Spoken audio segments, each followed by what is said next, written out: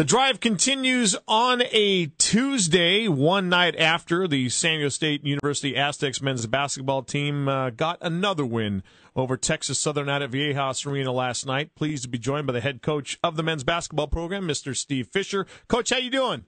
I'm doing good, Mike. How are you? Not too shabby. Was it good to have a game like that last night against a team like Texas Southern, coming off such a big emotional win against UCLA on Saturday night? I don't know. I think if I kind of buy into that, it would be demeaning to Texas Southern. I'm glad we had a home game. I wish that we had had a little longer to prepare for it. But we played a very, very athletic, well-coached team that should have beaten Colorado in their last game, losing in double overtime, with some major college athletes, some transfers. One of their best players, an Oklahoma State transfer, and they have a good blend of junior college, high school, and major college transfers. And I'm anxious to follow them. I think they got a chance in the SWAC when they go play home and homes with everybody instead of having to be a traveling road show. I knew it was going to be a game that would have ebbs and flows. We jumped off, as you know, to a great start, yes. 9-0, 13-1, an 18-point halftime lead that quickly went down to 8, and everybody got a little bit nervous. But we found a way to get a win, which is good. But we have to play better in the second half than what we did last night.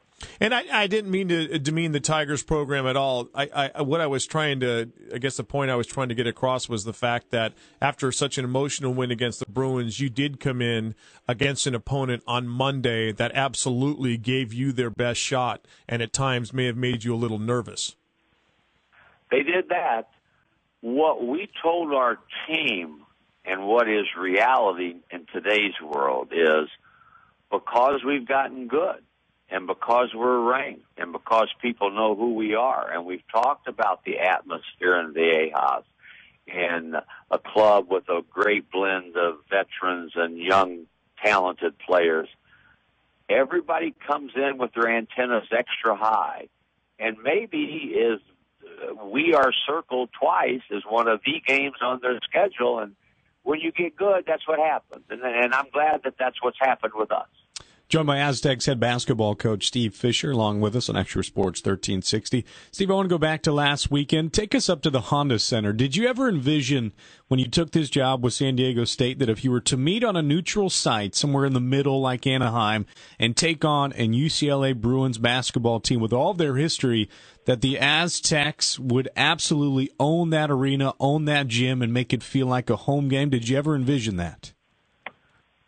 Maybe not in 1999 or 2000, but in the present, with what we've developed and the cult-like following here, I wasn't surprised. I mean, they kept me appraised as to how many tickets we had sold, and I kind of had an inkling, like it was written and talked about, that we would have more fans, and I knew our fans would be more vocal. Coach, I look at your basketball team, and I do not use the word cocky. I use the word confident, and not overconfident, but confident. You watch their demeanor on the court. You watch their demeanor in warm-ups, and when they get out and play a game, do you get the sense that these guys are not only excited about what they're able to do, but they're not in over their heads, and they're not over their toes as far as what they can do when the season continues?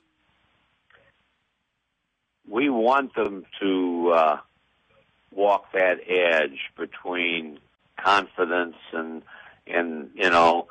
believing wholeheartedly that they're going to win. I think all winning teams and players have that feeling about themselves, but you have to be able to channel it in the right way. We put a thought of the day every day, and one that we have used in the past: expect success. And we do. We expect to win. You can't just talk about it, though. I expect our players to practice hard, and we've done that. So we've given them an environment in practice where they feel comfortable. If they play the way they practice, they're going to have a chance. And when you have veterans like we do, Chase Tapley is a 4-year starter now. and he'll leave here hopefully with the most wins of any player in the history of San Diego State basketball. And now you blend in James Rahan, who's a fifth-year senior, started a lot of games. Jamal Franklin, player of the year last year, who exudes confidence. Throw in the younger guys, that's pretty good. So we're a bunch that we do feel like we're going to win. Coach Fisher, 6-1, your record stands at this point, so still very early, just 7 games in. Where do your insecurities lie with this basketball team? Where's that main focus and practice for you day in and day out? We work on every little bit of everything. If you watch our practice, we have a skill development, skill building session every day, bigs and guards, and we work on spot shooting every day with some pressurized shooting that we build in with that. And you can't win, though, if you don't guard. You can't win if you don't bring closure to guarding by rebounding. So we work very hard at that. I know that from a conceptual standpoint, we are better than we've been in a long time with our offense. We want to play what we call early offense. And it's not just helter-skelter, run up and down the floor. We work hard on how to run early offense with the sprint post, with the drag post, with running wings to the baseline, with everybody but a 5-man able to bring the ball up. So our kids have done a magnificent job of buying into this is how we want to play, and now let's play that way.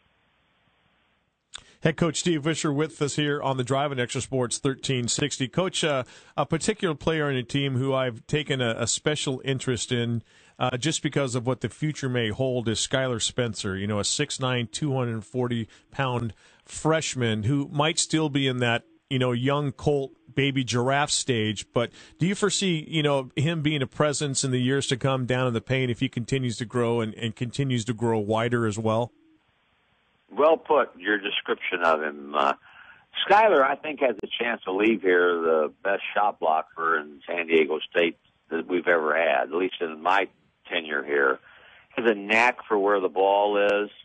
He's quick off his feet. He's long-armed, and, he blocked 3 critical shots in the UCLA game that saved layups, got another one or 2 last night. He's just learning how to play offensively.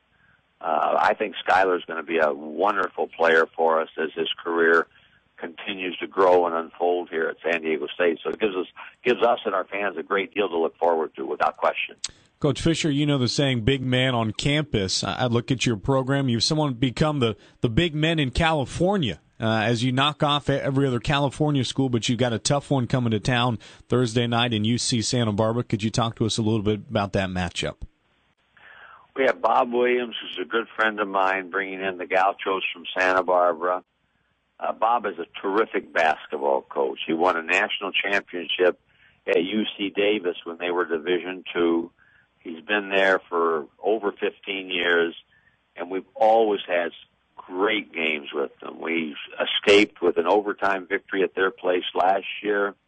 They had a wonderful win Saturday night at Santa Clara, and his players will compete.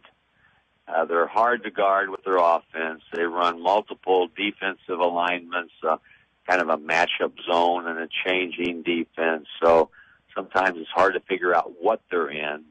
Our kids understand that, especially our veteran guys, that this is a game that it'll be hard. It will be hard because this is a good team. They're young, but they're good, and they're expertly coached. Coach, finally, that assistant on your staff, I think his name's Mark Fisher. How's his maturation process coming along as a coach at San Diego State? I'm a proud papa. Mark has done a great job. He's been here 10 years now. Wow. This is the 11th year. And as players grow, your coaches grow.